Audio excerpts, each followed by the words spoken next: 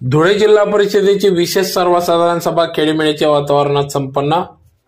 याबाबत वृत्त असे की धुळे जिल्हा परिषदेची विशेष सर्वसाधारण सभा दिनांक 23 फेब्रुवारी 2024 रोजी दुपारी 2 वाजता धुळे जिल्हा परिषदेच्या कैलासवासी यशवंतराव चव्हाण सभागृहात सदर बैठक घेण्यात आली। या बैठकीत अध्यक्षा जिल्हा परिषद धरतीताई देवरे, सचिव उपमुख्य कार्यकारी अधिकारी BS आकलाडे, CO शुभम गुप्ता यांच्या अध्यक्षतेखाली सदर ही बैठक घेण्यात आली। यावेळेस सभापती हर्षवर्धन दैते, सभापती कैलास पावरा, अधिकारी BA बोटे, अतिरिक्त मुख्य कार्यकारी अधिकारी चंद्रकांत पवार आदी सर्व अधिकाऱ्यांच्या उपस्थितीत तसेच जिल्हा परिषद सदस्य ललित वारुडे, जिल्हा परिषद सदस्य संग्राम आबा पाटील, जिल्हा परिषद सदस्य राम